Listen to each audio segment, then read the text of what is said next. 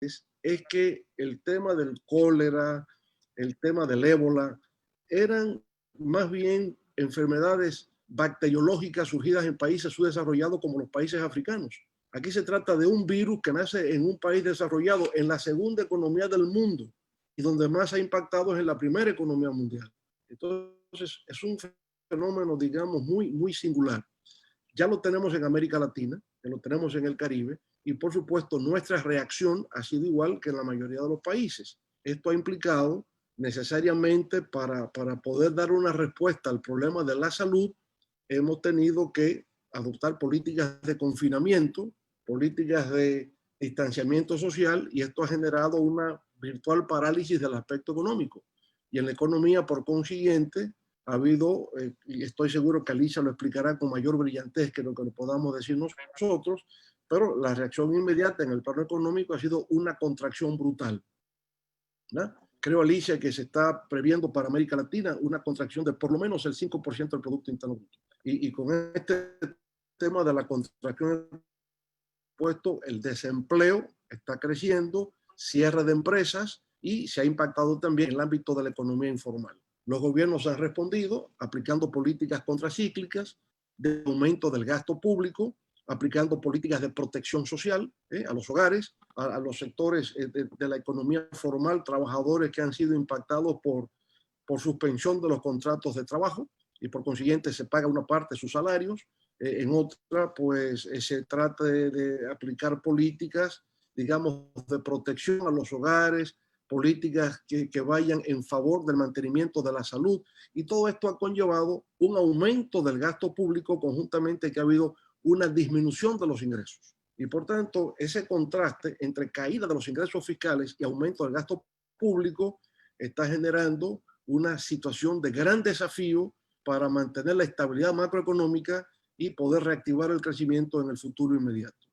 ¿Qué hacer frente a esto? Bueno, en lo inmediato los gobiernos han reaccionado colocando bonos en los mercados internacionales. Eso implica, sin embargo, un aumento de la deuda, y ese aumento de la deuda no es sostenible en el largo plazo, sobre todo si tomamos en cuenta que antes de la pandemia la situación económica mundial no era precisamente adecuada. La crisis financiera global del año 2008, que se convirtió en una gran recesión global, también tuvo un impacto económico severo, y en algunos lugares, aplicando políticas de austeridad, generó problemas sociales que se reflejaron políticamente en una reconfiguración del mapa político electoral en muchos países.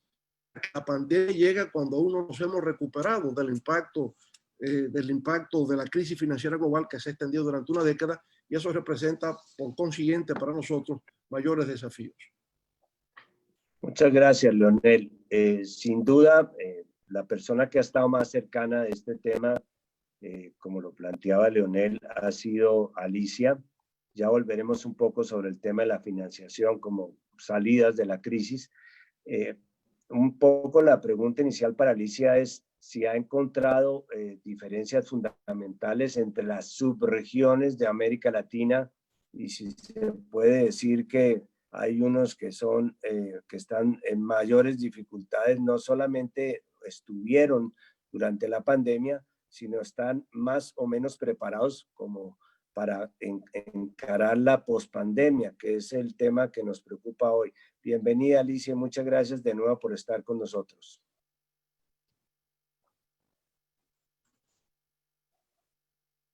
Muchas gracias, querido Ernesto. Un gusto realmente poder estar con ustedes el día de hoy.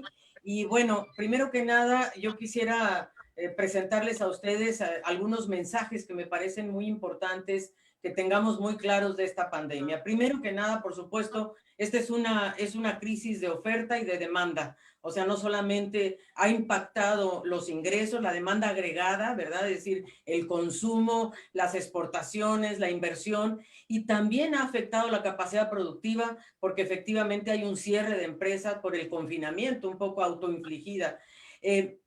Los efectos de la pandemia van a ser de mediano plazo.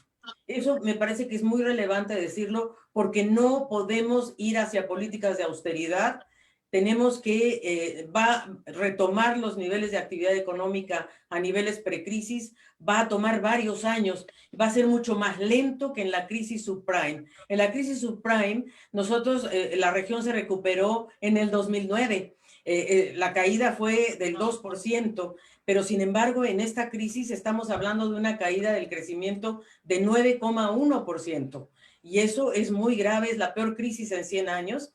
Y además el PIB per cápita, que es de 9,9 este año, va a ser igual al 2010, una década perdida en materia de PIB per cápita. Y vamos a tener un desempleo de 44 millones de personas, el mayor aumento desde la crisis financiera global. La pobreza llegará a niveles de 2005, 230 millones de personas, con un retroceso de 15 años. O sea, más de una década perdida, y la pobreza extrema alcanzará 96 millones de personas con un retroceso de 30 años. Y todo esto, estas estimaciones que hemos hecho, se basan en si no tiene ningún efecto las medidas que se han tomado. Ahora, tu pregunta es, bueno, pero quisiera decir eso porque me parece que es muy importante aclarar que vamos a requerir de mantener una política fiscal expansiva, obviamente en un marco de sostenibilidad.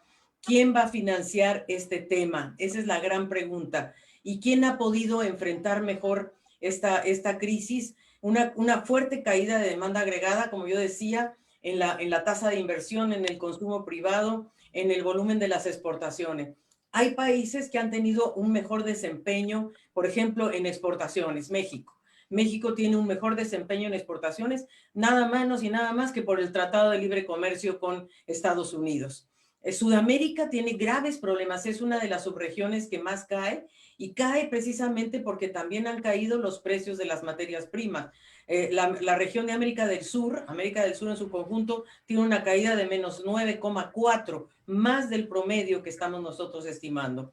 América Central y México tienen una caída de menos 8,4%, menos del promedio. Ahora, la caída de Sudamérica tiene más que ver con el contexto externo que con el interno. Es decir, en Sudamérica hay economías que tienen una política macroeconómica bastante estable, ¿verdad? Con algunas excepciones, por supuesto, que tienen acceso a los mercados de capitales, que tienen una deuda externa relativamente baja, con algunas excepciones, ¿verdad? Dos en particular, Argentina y Venezuela, pero en realidad estamos hablando de una subregión muy dependiente de materias primas, de los precios de los commodities y de lo que está pasando en China.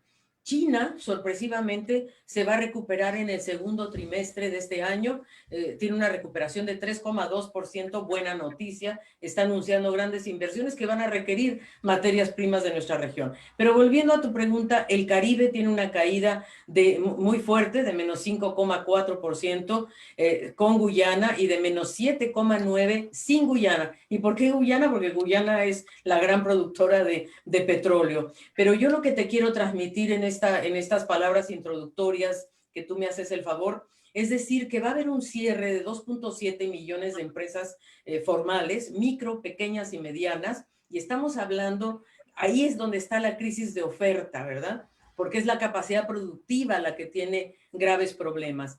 Y creo que es muy importante hablar de que estamos en una región donde la informalidad laboral es muy alta. Estamos hablando de 159 millones de personas, de 54% de informalidad. Entonces ahí tenemos un gran problema. Quería referirme rápidamente a los esfuerzos fiscales que están haciendo nuestros países, que es importante destacar. Son esfuerzos promedio de 4,1% del PIB y esfuerzo fiscal, y garantías estatales de crédito de hasta 10% del PIB. Ahora, ha habido colocación de bonos soberanos en mercados internacionales por 29.400 millones de dólares, uso de fondos soberanos en Chile, Colombia, México, Panamá y Trinidad y Tobago, estos países que tienen acceso a los mercados de capitales, y financiamiento de instituciones de crédito por 22,000 millones a 17 países por parte del Fondo Monetario Internacional. Hay 4 países que tienen líneas de crédito flexibles, como Chile, Colombia, México y Perú. Pero la verdad, creo, y con esto voy cerrando, querido Ernesto, que el desafío más grande que tiene la región es cómo vamos a mantener una política fiscal expansiva en un contexto de mayor endeudamiento. Y segundo, cómo lograr que las medidas monetarias convencionales y sobre todo las no convencionales para expandir la liquidez se puedan mantener. Y ahí me referiría a que lo que requerimos es, por un lado, subir la recaudación tributaria,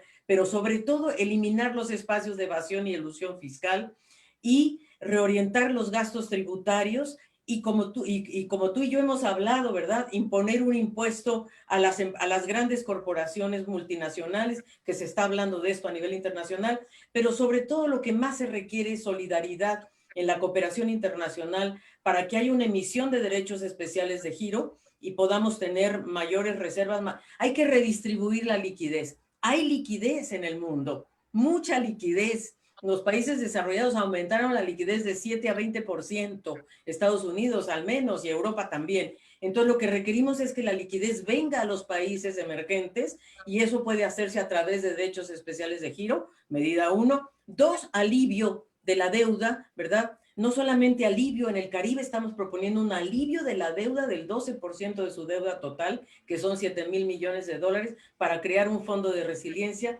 Y en el Centroamérica y en los países altamente deficitarios, proponemos que se alivien los intereses, el pago de intereses. Es 2.7% del PIB, el monto que tienen que pagar cada año los países al menos, y es superior al gasto que están haciendo en salud. Me quedo ahí, querido Ernesto, sé que tendría muchas más cosas que decirte, pero sé que el tiempo es limitado.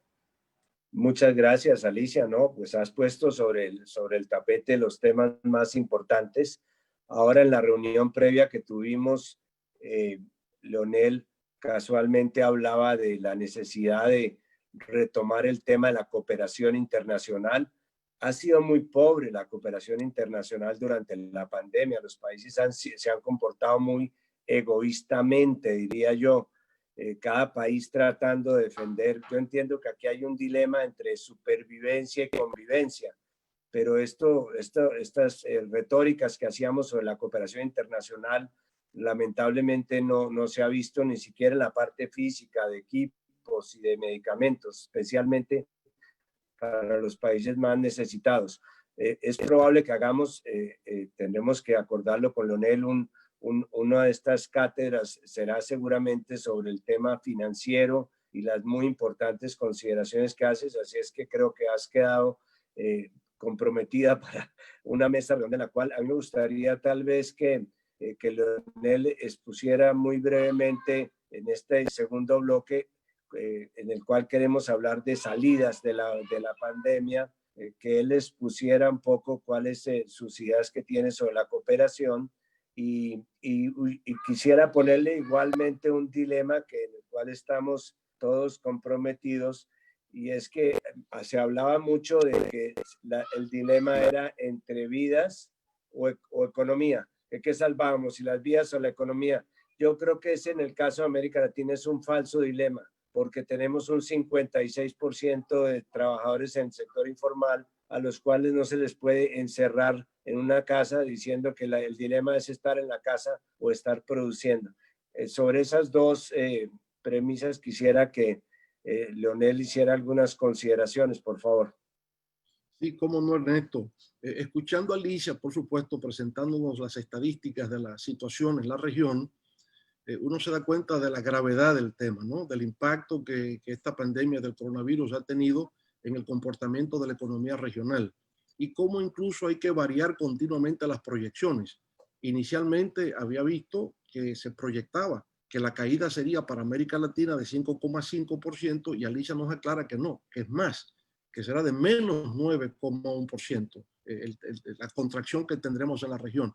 Aquí mismo para República Dominicana, inicialmente CEPAL había proyectado crecimiento cero.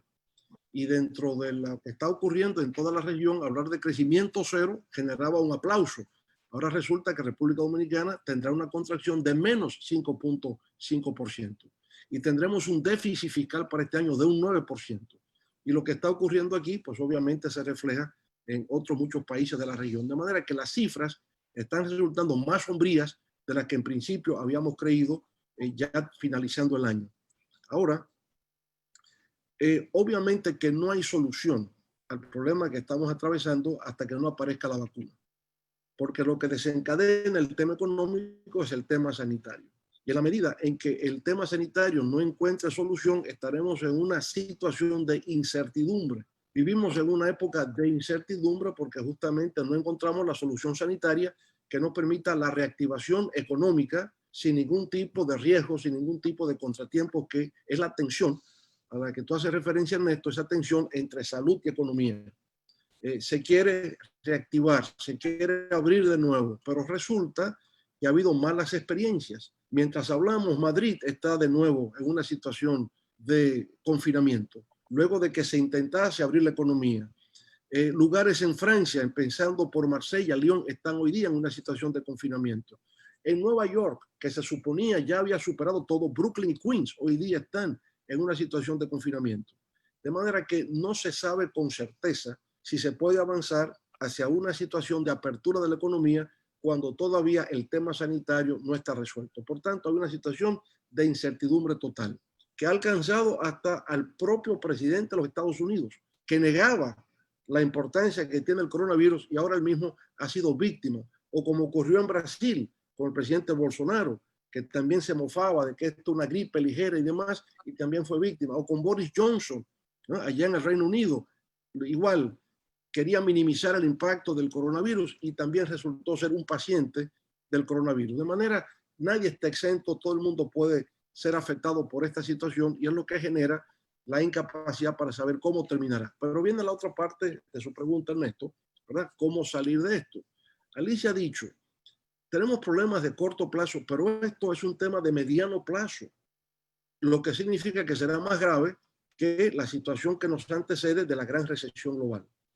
Y si es un tema de mediano plazo y no encontramos la manera de financiamiento, resulta entonces que el panorama regional resulta complicado de distintos puntos de vista. Lo será desde el punto de vista social, aumento de pobreza, aumento de desempleo, retorno de la pobreza extrema, pero también del punto de vista político, porque desde el punto de vista político tendríamos una situación, yo diría, de inestabilidad política crónica que va a erosionar la estabilidad democrática de América Latina. Y por tanto, ese futuro también resulta políticamente incierto. Ya decíamos cómo la crisis financiera global generó una reconfiguración del mapa político electoral en Europa. Todo el que estaba en el poder en el año 2009, con excepción de Angela Merkel, perdió el poder. Si estaba la socialdemocracia, llegó la derecha. Si estaba la derecha, llegó la socialdemocracia o el populismo extremista. Pero hubo una recomposición de todo el escenario político europeo a consecuencia de la aplicación de políticas de austeridad. En el caso actual,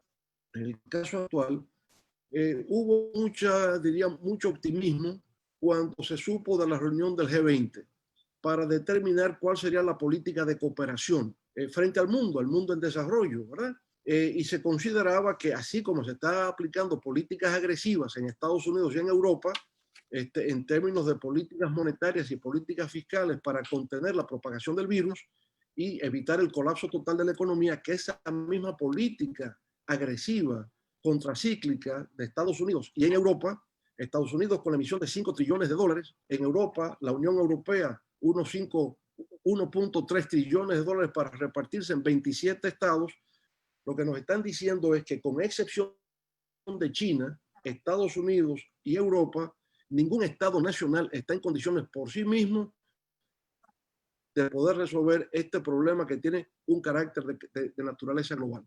Yo diría que frente a una crisis global se requiere una respuesta global y esa respuesta global no está dada porque la retórica elaborada por el G20 de optimismo no ha sido llevada a la práctica. No hay una recapitalización de los organismos multilaterales. No hay políticas flexibles de concesión de préstamos, de eliminación de deuda, como decía Alicia, de replanteamiento de esa deuda, de disminución de intereses, de reprogramación a más largo plazo. No se ha dado en la práctica. Y resulta que si es una crisis de mediano plazo y no se ve claro el financiamiento internacional de cooperación que pueda venir, entonces en realidad es una situación calamitosa la que se presenta en el porvenir de la región. Gracias, Leonel. Sin duda, estamos frente a una gran cantidad de interrogantes, pero quizás hay una reflexión, hay dos reflexiones que quiero poner sobre la mesa que de alguna manera sintetizan este proceso de reflexión que debe hacer el mundo hacia adelante. El primero ya lo planteó Alicia muy bien.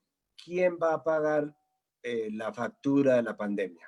¿Quiénes van a pagar los costos de la pandemia? Los costos productivos, los costos en materia de pobreza, en materia de menos productividad, porque no pueden ser las víctimas de la pandemia los mismos que paguen los costos. Aquí tenemos que idearnos un sistema distinto de financiación de la pospandemia para no recargar sobre las víctimas de la pandemia nuevamente la financiación de ella con sacrificios de salarios, sacrificios de pensiones, con impuestos indirectos, con refinanciaciones con altos intereses. Esa es la primera reflexión. Y la segunda reflexión es que todo esto que hemos vivido, ya casi con 1 millón de muertos que está produciendo la pandemia en el mundo, no puede terminar en que volvamos a lo mismo.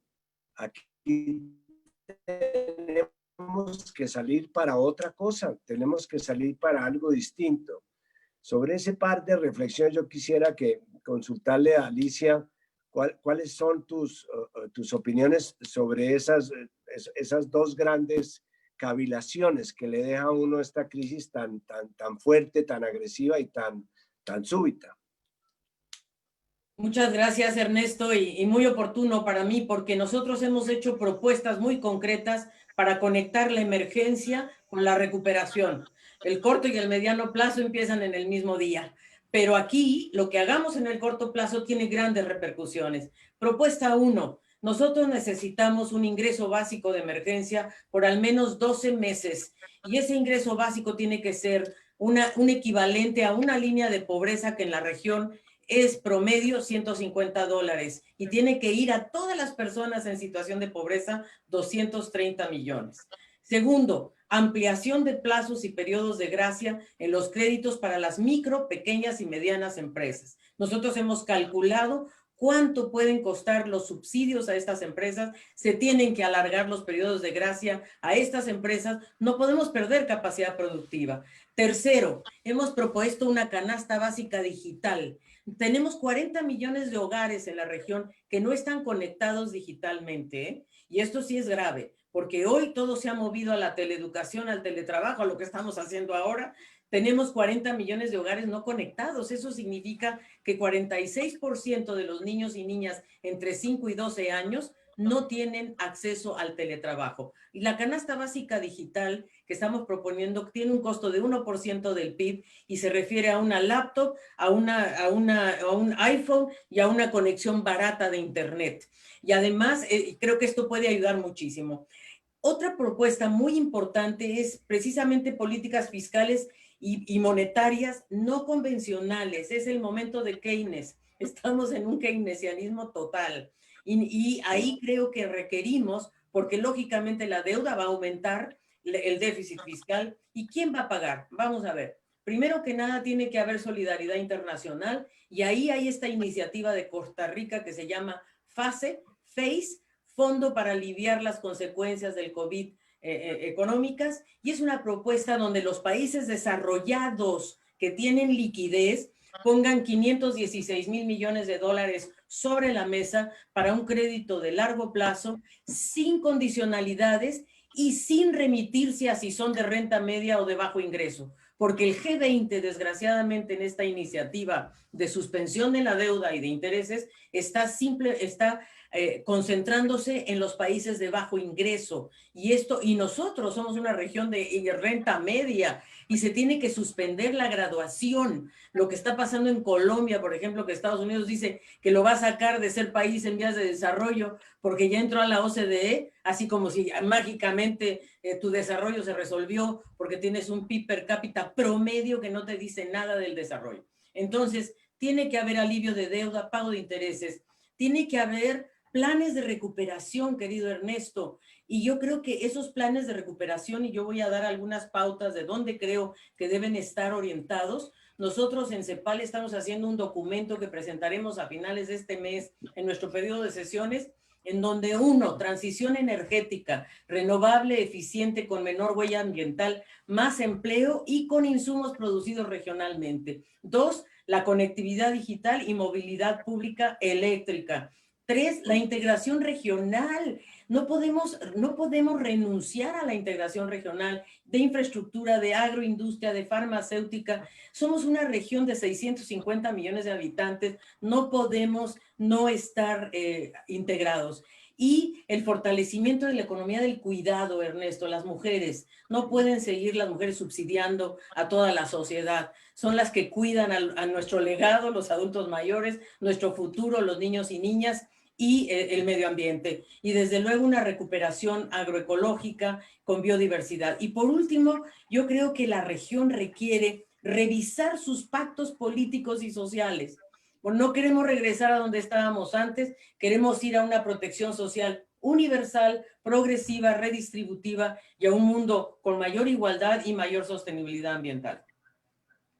Muchas gracias, Alicia. Pues planteas inquietudes muy pertinentes y sobre todo muy prácticas, porque creo que no nos podemos en este momento dar el lujo de disquisiciones retóricas y de abstracciones conceptuales.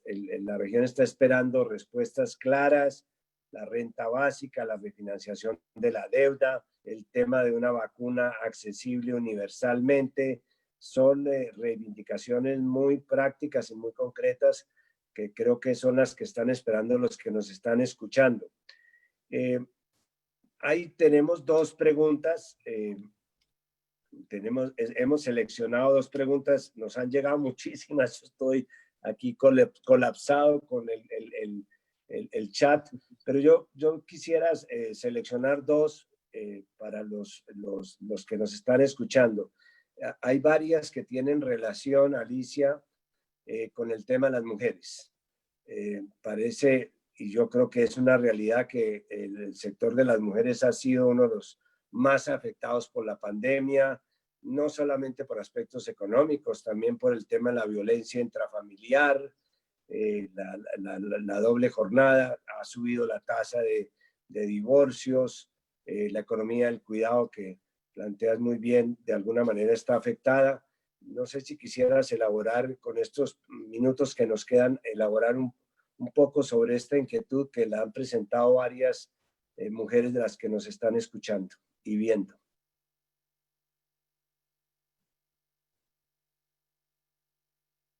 Con muchísimo gusto. Es muy importante el tema de las mujeres. Nosotros estamos sumamente preocupados en CEPAL porque la tasa de pobreza va a aumentar más en las mujeres que en los hombres. Vamos a tener 118 millones de mujeres en pobreza y además la desocupación afectará mucho más. Mira, 1 de cada 2 mujeres están perdiendo su empleo ahora que estamos hablando, 1 de cada 2.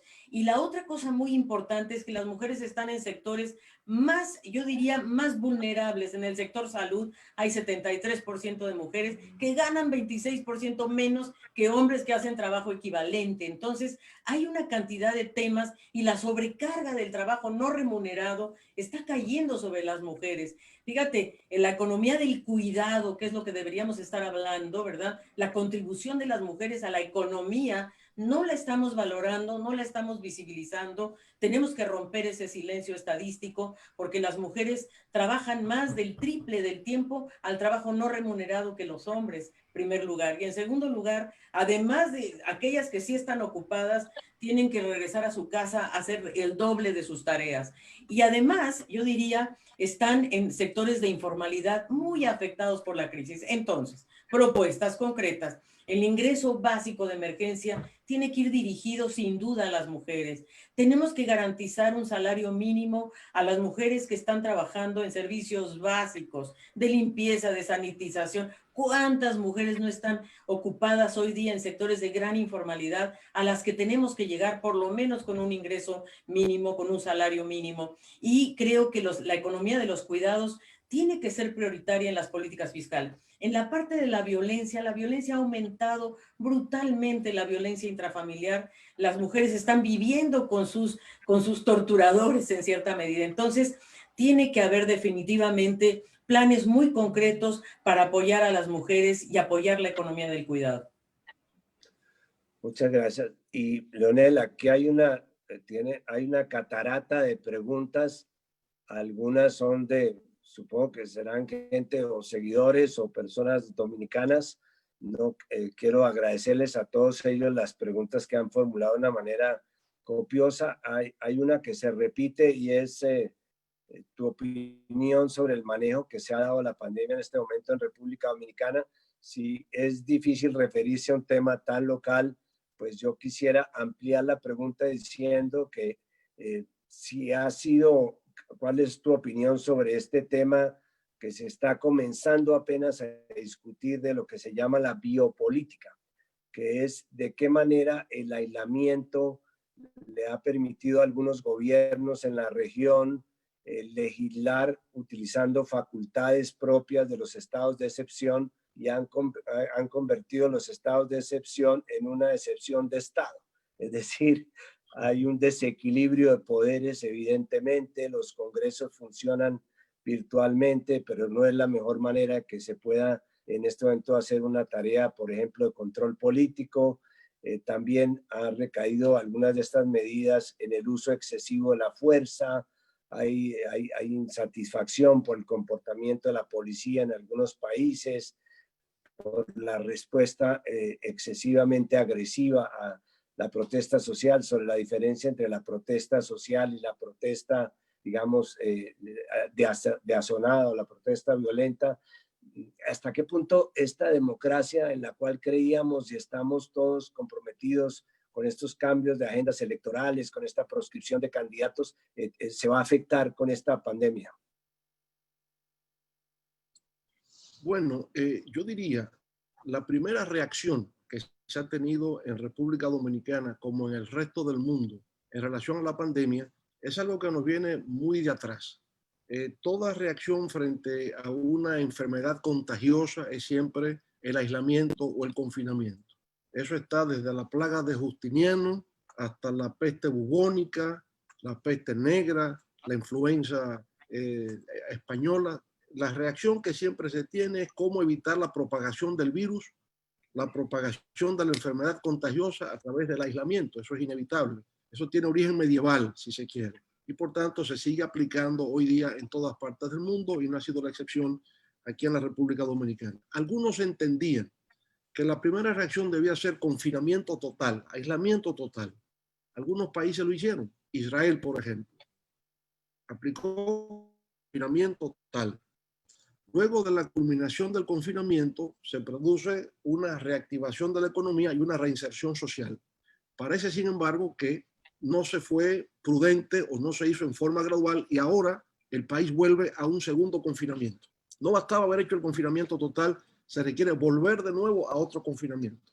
Lo que indica que no basta por sí solo haber hecho ese aislamiento, sino que la incertidumbre que predomina, la tensión que hay entre salud y reapertura económica debe llevarse en forma prudente y de manera gradual, porque hasta ahora nadie ha tenido la respuesta definitiva. En China se hizo y se logró contener la propagación del virus, pero hacia el mes de junio, julio volvieron a aparecer otros infectados.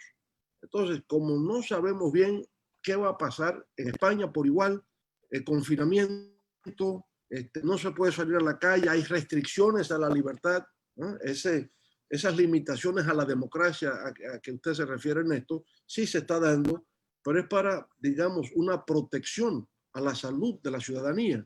Y resulta que a pesar de haberse aplicado, pues de nuevo hay un retorno y se está hablando de una segunda oleada del coronavirus para generar todavía mayor incertidumbre sobre la situación.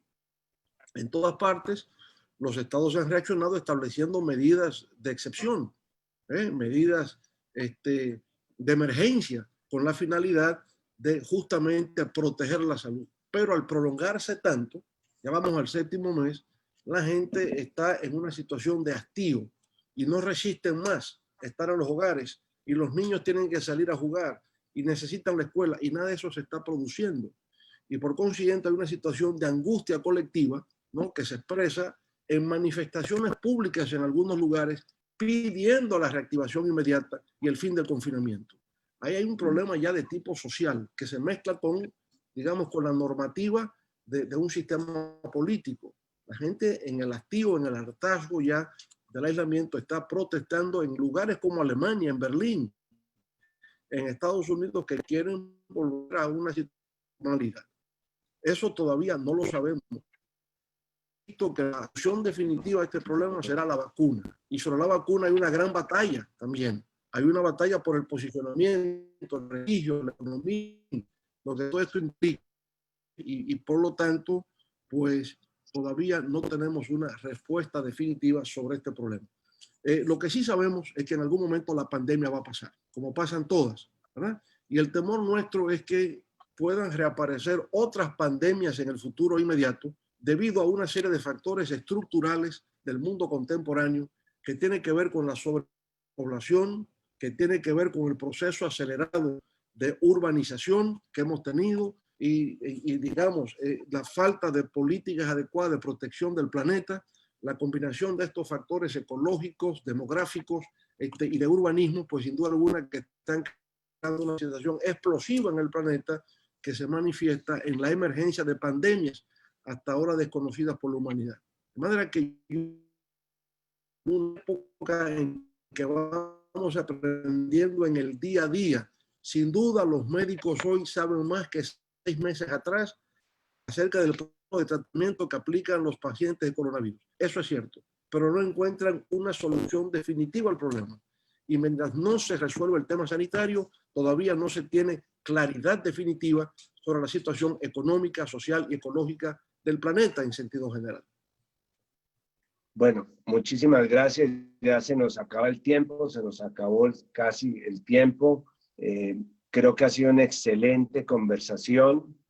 Casi que tenemos ya una agenda de lo que deben ser este ciclo de cátedras hacia adelante sobre la pospandemia, que iremos implementando con nuestros equipos, a los cuales además hay que agradecerles todo el esfuerzo que están haciendo para esta conexión y para mantener esto. A las personas que nos han enviado sus inquietudes, muchísimas gracias. Vamos a procesarlas, nuestros equipos, y a contestarlas, y las tendremos por supuesto muy en cuenta. Yo diría que para terminar, que de aquí podríamos decir que ha habido unas lecciones aprendidas de la pandemia.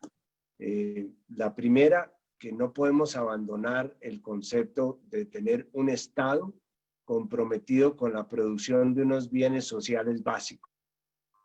Temas como la salud, la educación, no pueden ser privatizados totalmente. Tienen que haber una responsabilidad del Estado en garantizar el acceso a esa salud, y no debe ser solamente una salud curativa, sino también una salud preventiva. No teníamos modelos epidemiológicos para enfrentar la pandemia, no teníamos buenos modelos estadísticos, improvisamos, los presidentes, como lo decía Leonel, hicieron lo que tenían que hacer, que era cerrar la casa para que no entrara el enemigo, pero tenemos que prepararnos hacia adelante.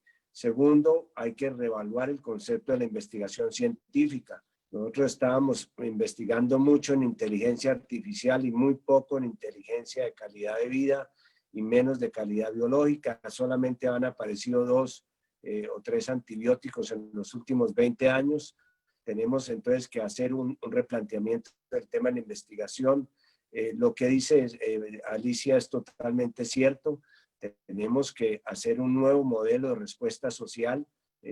Estos 35, 40 millones de pobres adicionales que nos van a retrotraer, devolver el reloj de la historia como el túnel del tiempo a 15 años de esfuerzos por tratar de nivelarnos como una de las regiones más desiguales, pues tiene que llevar a un modelo distinto de desarrollo y a un modelo de financiación en el cual, como decía Leonel, haya mucha más cooperación internacional, se fortalezca el multilateralismo y lo que podríamos llamar en el sur un alineamiento activo. Y por supuesto muchos de los que están haciendo preguntas no me perdonarían porque he visto sus consideraciones, si no dijera para terminar que yo creo que una de las lecciones aprendidas más importantes es que tenemos que volver a integrarnos.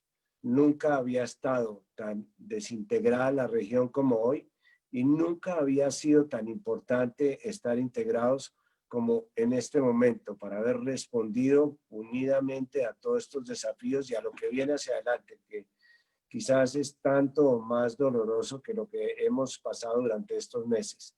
La región tiene que integrarse no en el sentido de hacer más acuerdos de libre comercio, que eso es integración comercial, sino en el sentido de una integración de verdad, que reconozca nuestra condición de tener una misma ciudadanía, una misma identidad, que nos permita desarrollar obras de infraestructura, que nos permita crear cadenas sociales de valor.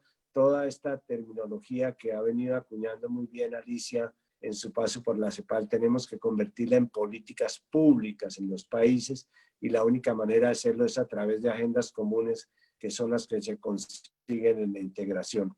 De nuevo, muchísimas gracias, Alicia, en nombre de Leonel y en el mío propio como anfitriones de esta cátedra. A los que nos están escuchando, habrá nuevos anuncios sobre nuevas cátedras y no sé si Leonel quiere hacer una despedida final, ya que en este momento eres el anfitrión porque esto se está originando en República Dominicana. Sí, pues pienso, Ernesto, que has hecho un magnífico resumen de las lecciones aprendidas de esta situación de la pandemia y sobre todo eso, ¿no? La necesidad de fortalecimiento del Estado como la institución que está en capacidad de proveer los servicios públicos de salud, de educación y de todo lo que significa esencial para la vida, ¿no? Para una vida útil, para una vida productiva, dentro de un marco de sociedad organizada para el desarrollo sostenible. De manera que yo creo que las lecciones resultan muy claras. Yo pienso que las intervenciones de Alicia también han sido formidables para esclarecernos el panorama que tenemos en la región y en el mundo con respecto a este que constituye el principal desafío que ha tenido el mundo y América Latina en los últimos 100 años, como acertadamente lo ha manifestado en distintas ocasiones la CEPAL en sus importantes publicaciones. De manera que verlo en esa dimensión y en ese contexto, el más grande desafío de un siglo que hemos tenido. Y por tanto se va a requerir mucha imaginación, mucha creatividad y mucha voluntad política para salir todos de esta situación tan crítica y tan severa para nuestra existencia. Muchas gracias, Alicia, muchas gracias. Te queremos ver para despedirnos. Sí, por supuesto. Muchísimas gracias, Ernesto, Leonel. Un placer Alicia, participar. ya se nos fue. Muchas gracias. Ok. Muchas gracias, Alicia. Bueno, hasta Gracias. luego. Gracias, Alicia. Muy bien. Hasta Nos luego. vamos. Bueno. Chao. Gracias, Leonel. Gracias, Ernesto. Ya estaremos en comunicación de nuevo. Okay, gracias a Sandra y a Camila.